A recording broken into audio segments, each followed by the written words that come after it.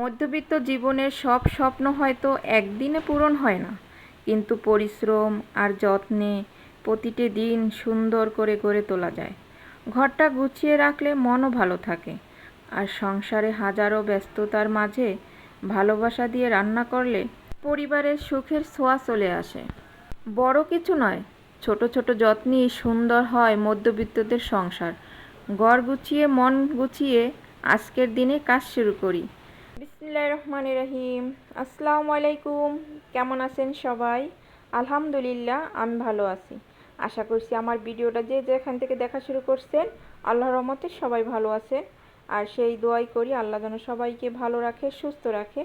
প্রতিদিনের মতো আজকেও শুরু করলাম, তবে আজকে ঘর গোছানি থেকেই শুরু করলাম, কারণ ঘরটা যদি একটু গুছানো থাকে তাহলে সব কিছু মনটাও ভালো থাকে।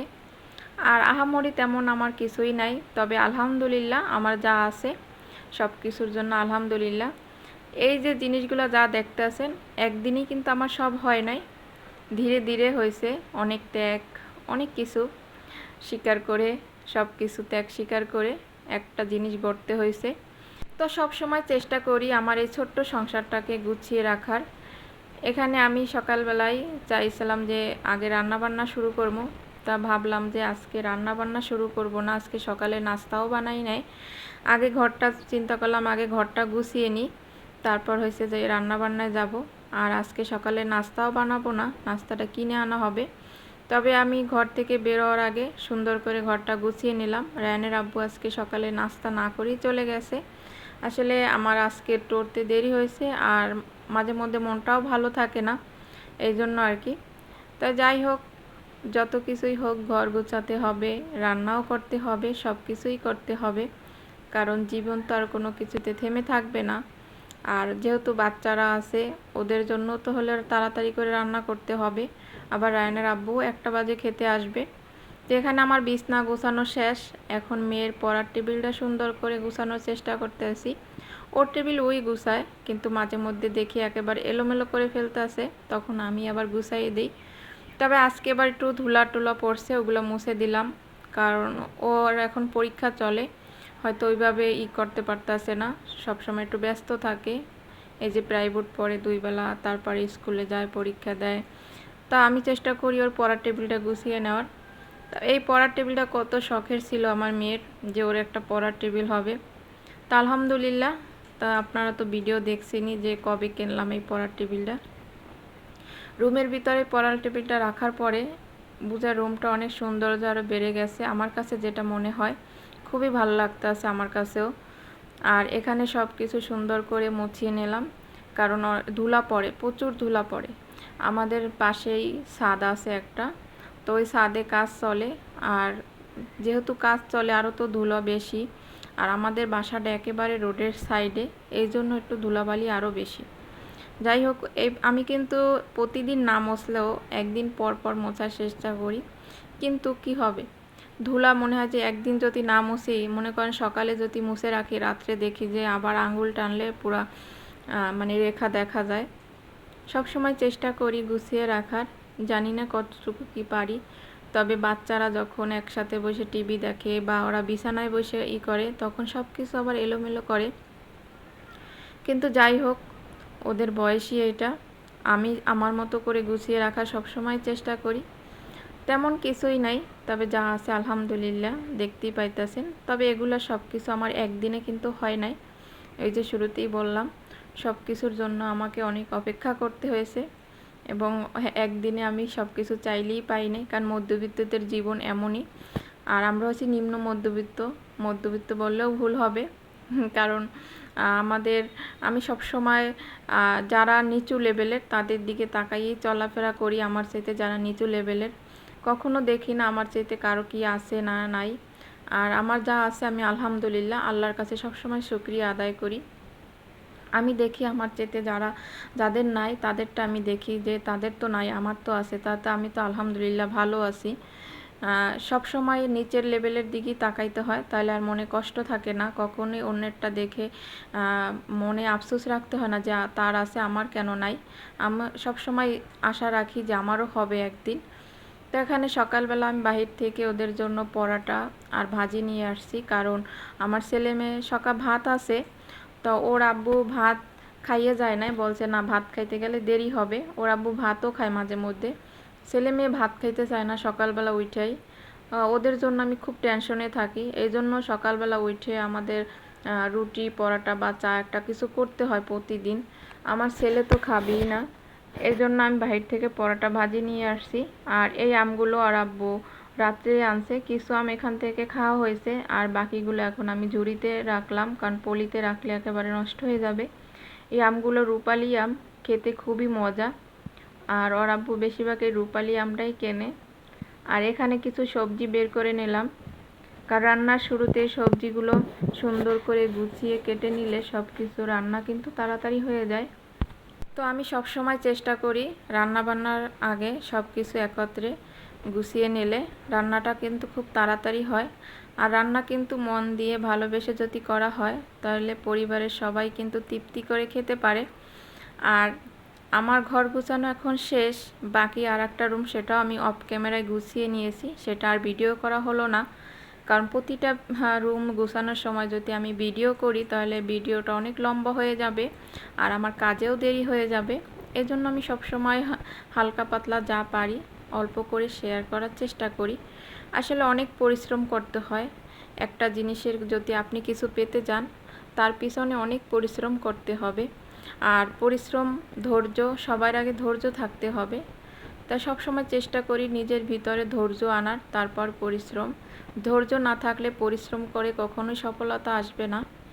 এইটা রেহা, আমরা কিন্তু রেহা কই, অনেকে কিন্তু কুশি কয়। আর এই নারায়ণগঞ্জের এলাকা, এখানে কহি বলে, আমি তো নারায়ণগঞ্জেই থাকি, এখানে দেখছি কহি বলে। তা আমি এটা চিংড়ি মাছ দিয়ে আর কি রান্না করব, আর সাথে দেখি কি করা যায়। আর এই চিংড়ি মাছ দিয়ে এটার ভিতর যদি কাঁঠালের বিচি দেওয়া যায়, মনে করেন ওই যে আর একটা আছে না ডাটা, ডাটা দিয়ে কাঁঠালের বিচি দিয়ে রেহা দিয়ে চিংড়ি মাছ দিয়ে যদি রান্না করা যায় তাহলে খেতে কিন্তু খুব মজা হয়। আর আমি কিন্তু এখানে নারিকেল বাটাও দেব রান্নার সময়, হয়তোবা দেখবেন। আমি কিন্তু কোনো রেসিপি শেয়ার করব না, কিন্তু আপনারা রান্না দেখেই বুঝে নেবেন। আসলে মাঝে মধ্যে রান্না করার ধরন এক একজনের এক এক রকমের, কিন্তু খাবারের টেস্টটা কিন্তু এক এক রকমের আসে রান্নার বুঝে। আমি মনে করি সবার রান্নাই খুব সুন্দর হয়। এখানে ভেন্ডি ভাজি করব আর চিংড়ি মাছ দিয়ে রেহা দিয়ে আলু দিয়ে রান্না করব।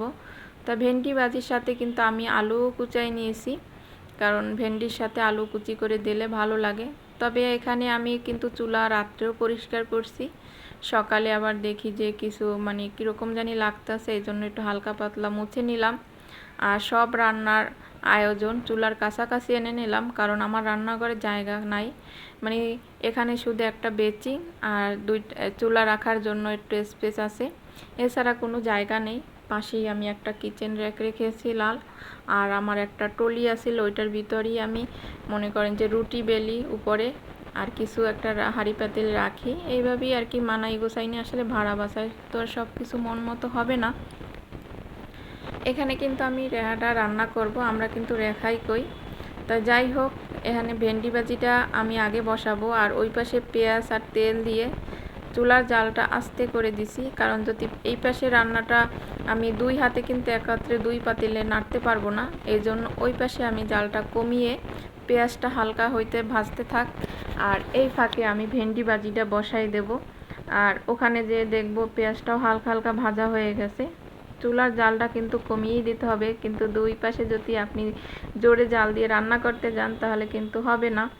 দুই পাশে একসাথে বসায় দিছি। দুই চুলায় যখন রান্না করি রান্নাটা কিন্তু তাড়াতাড়ি হয়, কিন্তু একটু চুলার জাল কমিয়ে কমিয়ে প্রথম চুলা তরকারিটা বসাতে হয়, নাইলে পুড়ে যাবে। এখন ওই ভাজিটার যে রকমের জাল লাগে আমি ওইভাবেই দিছি। এখন বাকি এই পাশে আমি রেহা রান্না করব চিংড়ি মাছ দিয়ে আর আলু দিয়ে। আর এটার ভিতরে তো বললাম কাঁঠালের বিচি ডাটা এগুলো দিলে আরও খেতে খুব মজা হতো, কিন্তু এভাবে রান্না করছি, এভাবেও কিন্তু খেতে খুব মজা হয়। এখানে চিংড়ি মাছ আর পেঁয়াজটা একটু হালকা করে বাদামি কালার করে ভেজে নিলাম। এখন হয়েছে যে আমি নারিকেল বাটাও কিন্তু একটু দিয়ে দিছি, হয়তো দেখতে পাইতেছেন। আমি কিন্তু কোনো রেসিপি শেয়ার করতেছি না, কিন্তু আমি আমার মতো করে রান্না করি, রান্নার স্বাদ কিন্তু অনেক মাশাআল্লাহ ভালোই হয়। সব সময় চেষ্টা করি আলু ভর্তা রান্না করলেও মন দিয়ে রান্না করার, কারণ ভালোবেসে মন দিয়ে যদি আপনি রান্না করেন, সেখানে যদি আলু ভর্তা মরিচ ভর্তাও করেন, সেটার স্বাদও কিন্তু দ্বিগুণ হয়ে যাবে। এখানে সুন্দর করে সব মশলা দিয়ে, মশলা কিন্তু বেশি লাগে না। আমি যে তরকারিতে সবজি তরকারিতে চিংড়ি মাছটা দেই, ওখানে আমি অতিরিক্ত কোনো কিছু মশলা দেই না, সিম্পলভাবে খুবই রান্না করি। আর এখানে কিন্তু রেহা, চিংড়ি মাছ, আলু সব কিছু দেওয়া শেষ। এখন সুন্দরভাবে ভালোভাবে কষিয়ে আমি ঝোল দিয়ে দেব, তাহলে কিন্তু আমার রান্নাটা কমপ্লিট হয়ে যাবে। এই যে এদিক থেকে কিন্তু আমার ভাজিটাও হয়ে যাইতে আছে। সব কিছু কিন্তু দুই চুলায় দিয়ে দিছি, কারণ রান্না যত তাড়াতাড়ি করা যায়, আমি মনে করি আমার কাজও তাড়াতাড়ি শেষ হয়ে যাবে। রান্না করতে আসলে আমার এত অসহ্য লাগে, কি আর বলবো। আমি সব কাজ করতে পারি, এখন কেন জানি রান্নাঘরে গরমের সময় আসলে আমার কেন জানি মনে হয় কখন আমি রান্না বান্না শেষ করব। আর যেহেতু গরমের সিজন, এই জন্য। এছাড়া কিন্তু আমি রান্না করতে খুব ভালোবাসি, আমার পরিবারের সবাইকে রান্না করে খাওয়াতেও খুব ভালোবাসি। আমার বাসায় যদি কোনো মেহমান আসে, আমি কিন্তু খুব আনন্দ সহকারে রান্না করি, সবসময় চেষ্টা করি যেন ভালো হয়, এই চিন্তা আমার মাথায় থাকে। আর কিন্তু আমি কোনো সময় বিরক্ত বোধ হই না, সবসময় চেষ্টা করি আমার রান্নাটা যেন ভালো হয়।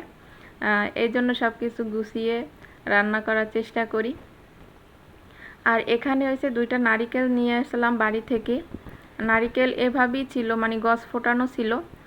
তো আমি নারিকেল আর কি কোরানো হয় না, হয় কি রান্না করি, ঘর গুছাই। এই যে আমি যদি ঘর না গুছিয়ে সোজা রান্না করতে আসতাম, তখন আমি কি করতাম, রান্না বসিয়ে আবার ঘর গুছাতাম, বাকি আর কোনো কাজ হইতো না। এই জন্য আজকে ঘর গুছিয়ে তারপর রান্না বসিয়ে দিলাম। এখন আমার এই কাজটা করলেই হবে এই ফাঁকে, যেহেতু চুলার পাশে বসে থাকা লাগে না। গ্রামের বাড়ি হলে অবশ্যই বসে থাকতে হতো, কারণ চুলার পাড়ে লাকড়ি দিয়ে যদি রান্না করতে হয়, তাহলে কিন্তু চুলার পাশেই বসে থাকা লাগে। আর গ্যাসে রান্নলে এই একটা সুবিধা পাওয়া যায় যে রান্না আপনি বসিয়ে দিয়ে অন্য একটি কাজ করতে পারবেন। তো আমি নারিকেলটা ভালো করে ছুলে নিয়েছি, কারণ যখন আমি নারিকেল কোরাবো, উপরের যে গুড়ি গুড়ি নারিকেলের, ওটা জানি ভিতরে না পড়ে। এই দেখেন, আমরা কিন্তু নারিকেলের ভোবরা বলি, আপনারা কি বলেন কমেন্টে কিন্তু জানাবেন। জানি না আমার কোন কোন আপু ভাইয়ারা এখনও আমার ধৈর্য ধরে আমার এই ভিডিওগুলো দেখতেছেন। যারা দেখতেছেন তাদের জন্য অসংখ্য ধন্যবাদ, মন থেকে দোয়া এবং ভালোবাসা। পানি দেখেন নারিকেলের পানি কতটুক হয়েছে। তা বাচ্চাদের ওগুলো ভাগ করে দিলাম, আর ফাঁকে কিন্তু আমি নারিকেল কুড়িয়ে নিচ্ছি। আর এই যে দেখেন, ভাজিটাও কিন্তু হয়ে গেছে। আমি যে কোনো ভাজি একটু কড়া করে ভাজলে আমার কাছে খুব ভালো লাগে। আর তরকারিটাও কিন্তু হয়ে গেছে। আমি কড়াই থেকে ছোট একটা কড়াইতে নামিয়ে নিছি। দস্তার কড়াইতে রান্না করি, কিন্তু আমি ছোট সিলভারের কড়াইতে নামিয়ে রাখি। আর এই দেখেন, আমার কিন্তু নারিকেল কোরানো হয়ে গেছে।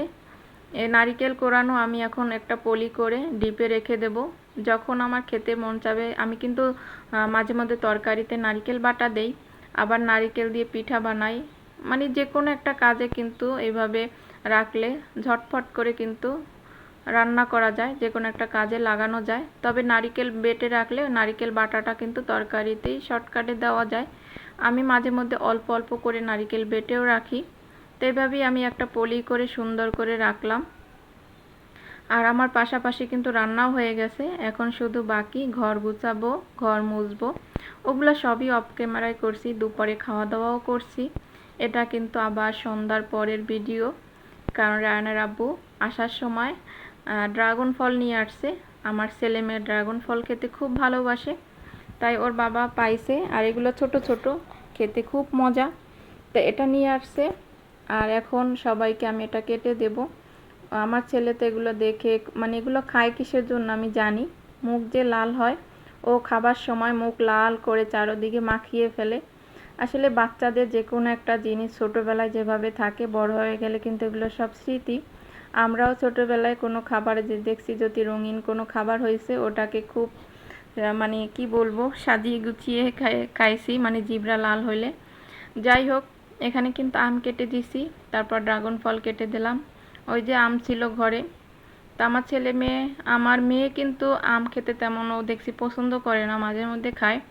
ছেলে কিন্তু মাশাল্লাহ আম, ড্রাগন ফলও খেতে পছন্দ করে, কিন্তু ও ভাত খেতে পছন্দ করে না, এই হচ্ছে কথা। সবজি খাবে না, ভাত খাবে না। আমার ছেলে খুবই কম খায়, তবে সবাই মাশাল্লাহ বলবেন। মেয়েকেও দিছি যে তুমিও খেয়ে নাও, ওরা পড়তেছিল। সবাই দোয়া করবেন। আল্লাহ হাফেজ, আসসালামু আলাইকুম।